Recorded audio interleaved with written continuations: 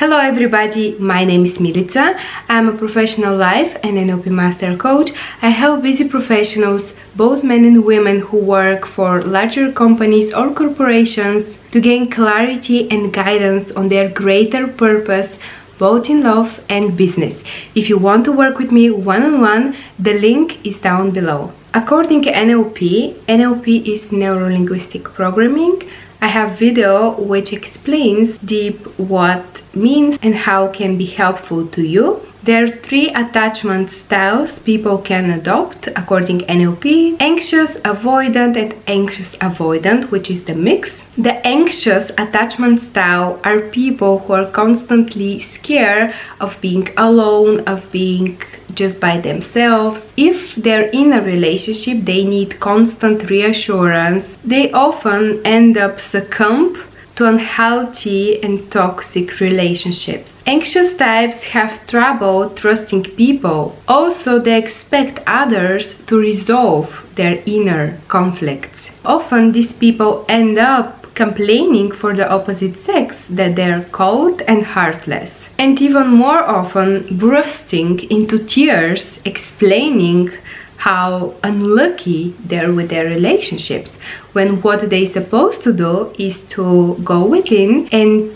resolve the inner conflict which is inside within them. Let me give you a few signs of anxious attachment styles. My partner is indisposed, hesitant, and reluctant to get as emotional close as I would like them to be for me. I often worry that my partner doesn't love me. I fear that our relationship will end. So these were 3 signs that you may, or somebody else you know, experience anxious attachment styles in their relationship or in your relationship. Another style based on NLP is avoidant attachment. Avoidant attachment are people who are extremely independent, self-centered, self-focused, very often uncomfortable to be devoted to one specific person and just be involved in a relationship dynamic. Most of the time those people are committed phobies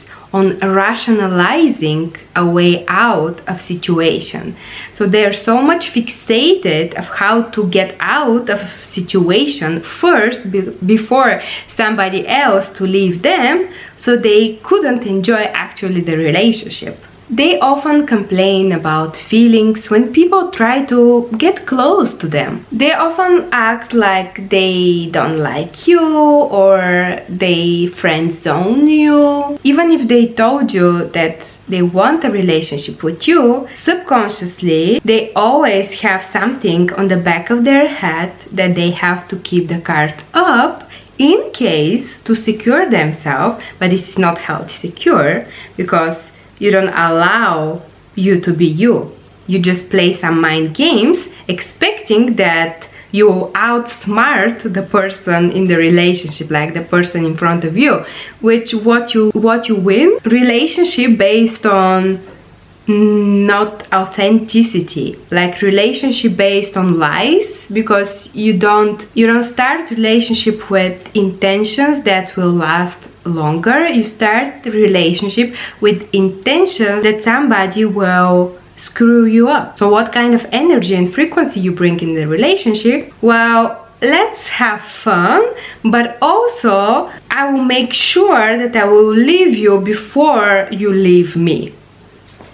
Like, this is completely crazy. These people are often paranoid that others will box them, will put them in a box. Let's say that you're somebody who loves to communicate, but you met a person who is introvert, who is not very much into expressing their feelings, but let's say that they like to buy you gifts. And if you're overthinker, you start thinking for different ways what is wrong with this person, when in the contrary there is nothing wrong with them. It's just both of you have different love languages, like both of you have different ideas of how to express love. You like to communicate, they like to give you presents, like they like to give you gifts. Avoidant attachment style people has always exit plan. like always, they have to be prepared to leave the room before somebody else leave the room first and let them deal with their emotions, which they're terrified of being emotionally open. Avoidants often construct their life based on avoiding intimate connections or avoiding bond which is based on love, understanding, compassion, communication, because automatically they translate this in their brain. They translate this means that probably I have to stay here longer, but because I'm not ready within me, because I didn't put the work within myself, therefore let me not really invest myself. And at the end, what you can expect from this person, avoidant attachment, is always to enter relationship which he attracts, and he doesn't attract healthy relationship because inside within him he's not healthy person. He's not ready for emotional devotion. Avoidant types score high in self-confidence, which most of the time is just a facade. Inside they don't feel confident at all, but they bring this facade because they know that this is the way they can survive in the world. On the flip side, inside of them they have extremely low self-esteem, low emotional expressiveness, as well as warmth. They not only reveal themselves less to others and to their partners, but also they tend to not rely on others when they should, when they need.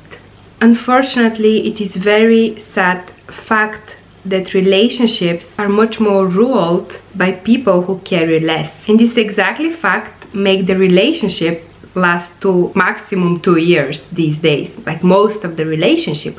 Why this is like that? Well, because the foundation is fragile, because it's not a solid foundation. The avoidant attachment styles are people who love to control their relationship. They want to have the control, therefore they pick partners subconsciously or even consciously who are weak, who are not confident, who, let's say, make less money than them, because if they pick somebody on their level, this means that the avoidant attachment style person, he has constantly to work on their emotions, to work on their self-esteem, to open themselves about their feelings, and because they have unhealed place in their soul, they don't know how to express this and they don't know how to trust others. Why? Because they don't trust themselves first. Okay, let's talk about practical examples.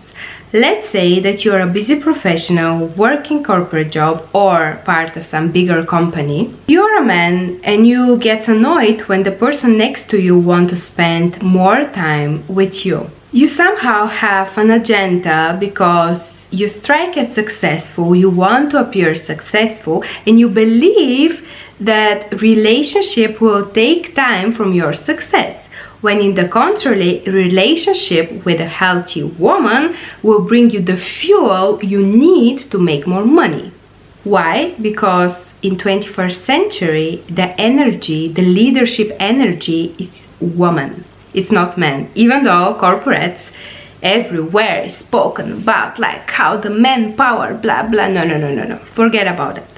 From the spiritual side, which the spiritual side is much more deeper than the material side, the leadership position in 21st century is in woman's hands, because we carry the feminine and the masculine energy, and when we transmute the masculine energy to the right man, then he can become a master in the corporate world. You see the partnership, not the slavership, in the communication, in the collaboration, in making money, in making love, like both of them should go hand by hand. On the flip side, let's say that we speak right now about women who date dozens of men. You speak it out loud that you're not looking for something serious, you don't want really to involve in anything like deep connections, because you're afraid that you'll be hurt. Of course, you're not saying this to the men, but you know about yourself what is your hidden agenda. You doesn't cherish your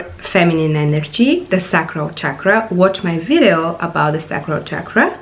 And you ended up losing your energy to the random guys.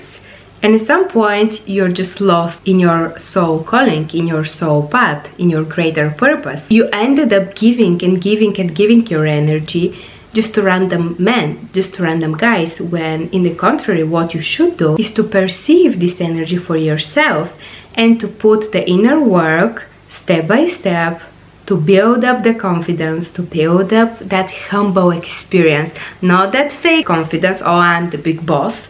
No. Those are all thinking. This is just not working anymore. And it won't work 2023 and ahead. The new leader is a light worker. He knows when to speak, when not to speak. He knows when to be humble, when to be like go-getter. He knows when to be observer, when to act. That's the new energy frequency which will start leading the earth, and people, individuals who carry both the spiritual aspect and the material aspect, they will be on the top of their game because they are not seeking for validation. They are not seeking people to like them. They do not act to impress. They act to attract. And that's exactly what you want to accomplish. I really hope that today's video brought you love, wisdom, truth, and knowledge. If you want to work with me one-on-one, I'm professional life and NLP master coach, helping busy professionals, both men and women, who work in the corporate world or bigger companies, gain clarity, gain guidance, become that light worker in the leadership areas in your love and business life, and connect with your higher self. I'm leaving you now with another of my videos. Watch it. Keep the high frequency of love, wisdom, and truth, and I hope to see you, as always, in my next video. Bye!